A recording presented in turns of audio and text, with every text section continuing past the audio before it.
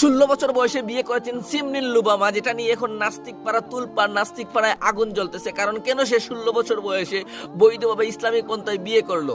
কিন্তু তার বিপরীত দিকে যদি আপনারা খেয়াল করেন, একটা মহিলা যদি 12 বছরে বা একটা মেয়ে যদি 12-13 বছরে যদি পার্কে ঘুরাতে যায় তার বয়ফ্রেন্ডের সাথে, বা সে ডেটিং করতে যায় বা আবাসিক হোটেলে যায়, সেটাকে নিয়ে তারা প্রমোট করে, সেটার বিপক্ষে যদি বাংলাদেশের কেউ কথা বলে তখন তারা দাঁড়ায় যায়। তারা বলে হচ্ছে এটা নারী অধিকার, তার একটা স্বাধীনতা আছে, এটা স্বাধীন রাষ্ট্র, সে যেমন চায় তাই করতে পারে। কি একটা মেয়ে যখন 16 বছর বয়সে বিয়ে করতেছে হালাল ভাবে, তখন তার কোনো প্রবলেম হচ্ছে না, তার ফ্যামিলির কোনো প্রবলেম হচ্ছে না। তারপর ওই ছেলেটা যে বিয়ে করতেছে তার প্রবলেম হচ্ছে না, তার ফ্যামিলির কোনো প্রবলেম হচ্ছে না। তাকে নিয়ে আপনারা অনেক তুলপাড়া গোটাইতেছেন, এর স্বামীকে ছেড়ে দিতেছে যে তাকে জেল খাটতে হবে, তার ফ্যামিলিকে জেল খাটতে হবে।